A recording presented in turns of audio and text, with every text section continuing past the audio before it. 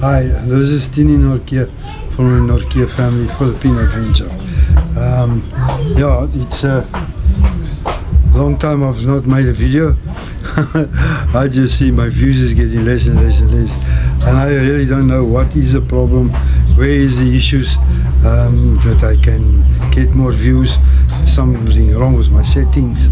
I see the matrix of YouTube is just not boosting my videos much, so there's not much happening.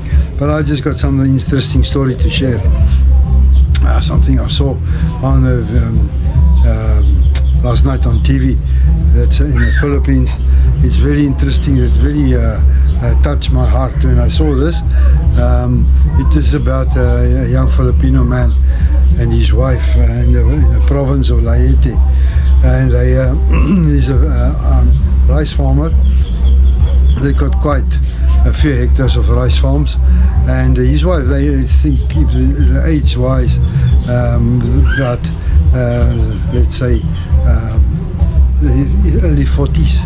He and his wife, early 40s, 1 or 2 children, and his wife got very, very ill, and the left leg start to develop gangrene. To make a long story short, I think she had a class 2 diabetes, and she lost her leg end of the day. She cannot walk, she battled to walk. They stay on this farm out in the district, and her husband, very good guy, he's got such a good heart. He's taking care of her so well, so very well. He's taking care of her, and from where the house is to where the accessible road is quite a distance that he had to carry her through rain, through mud sometimes, had to carry her on his back to where his motorbike has been parked, and from there he take her with a motorbike in to the city where she can do her annual or her regular, let's say regular checkups and tests, and get the medication for the diabetes.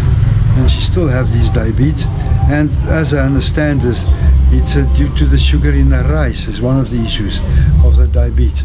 But it just for me was very much a highlight to see this guy, that really how he take care of his wife, how he treat her, how he carry her, and take her to the hospitals.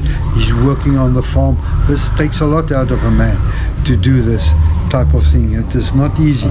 I really can tell you that I have some experience of that. That is not an easy task, and also bringing up children and taking care of the farming and all the other issues. And I get the idea. She's got like a false leg from the knee down, and I think there's a battle to walk. She's never really had proper therapy how to walk and to handle it with this prosthesis of this false leg. But for me, it's very positive to see such a good guy, really supporting his wife and taking care of her with such a passion. And you can see the take a strain on them, because both of them, when they interviewed them, they were in tears, and that really do take lots of stress on them and strain on them. So there's some very good people in this world, even in the Philippines also. Other very interesting story of that everyone is talking about. There was a blogger, a vlogger, that made videos.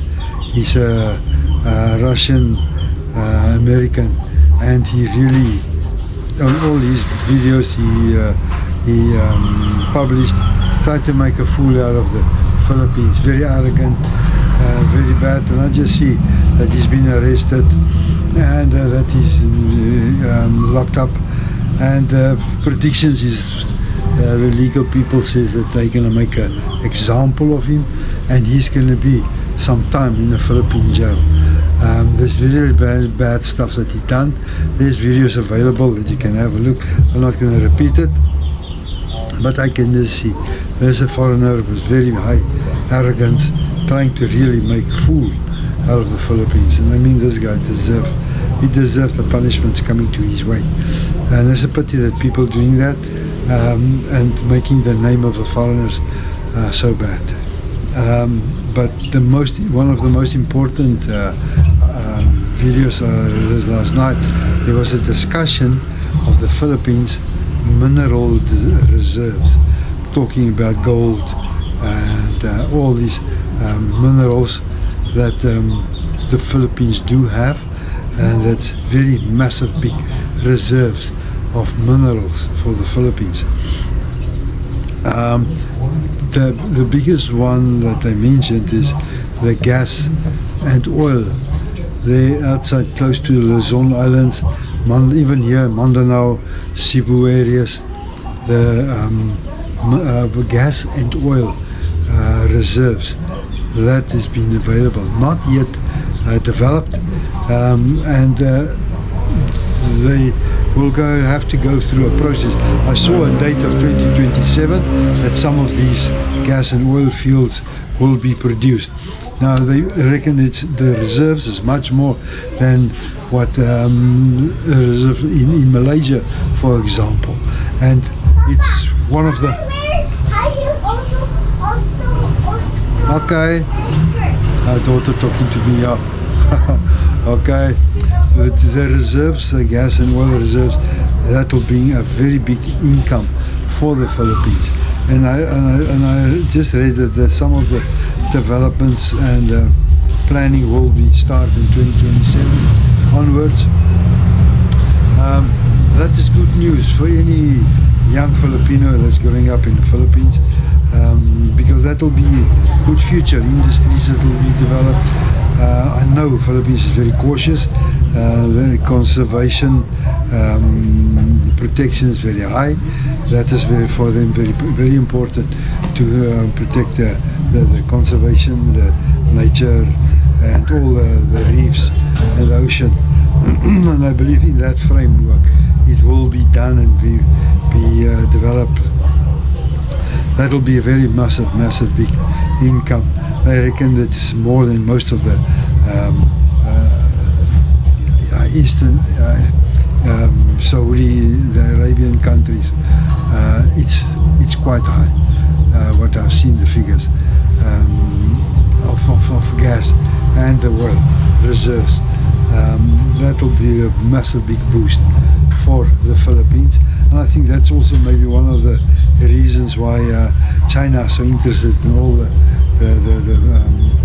sea, the ocean, the South Philippine, the West Philippine Sea and South China Sea, and most of the ocean. They want to control most of the ocean around the Philippines.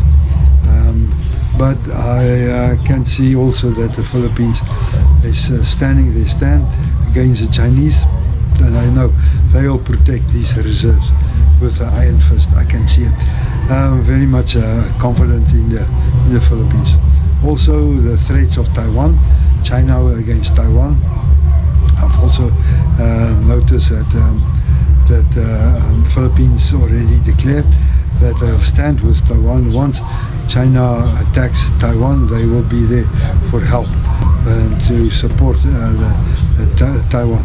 I think it's very important that Taiwan will stay independent.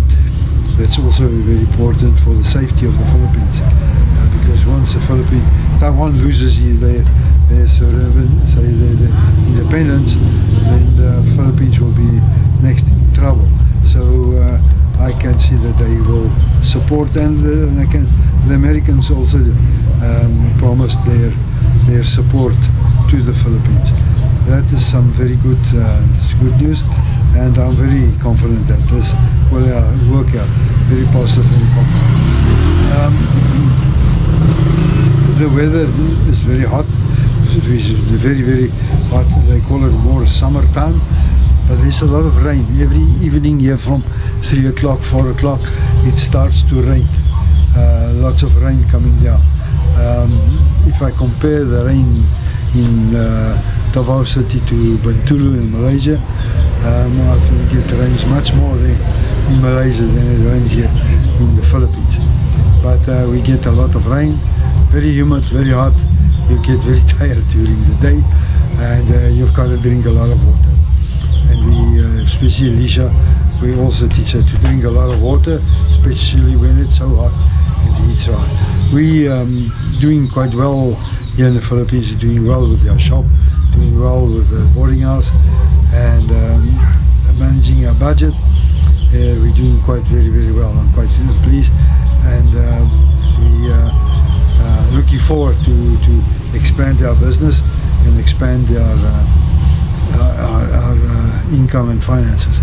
But thanks for listening, and please subscribe, give me a thumbs up, and send me some comments. God bless. Bye bye.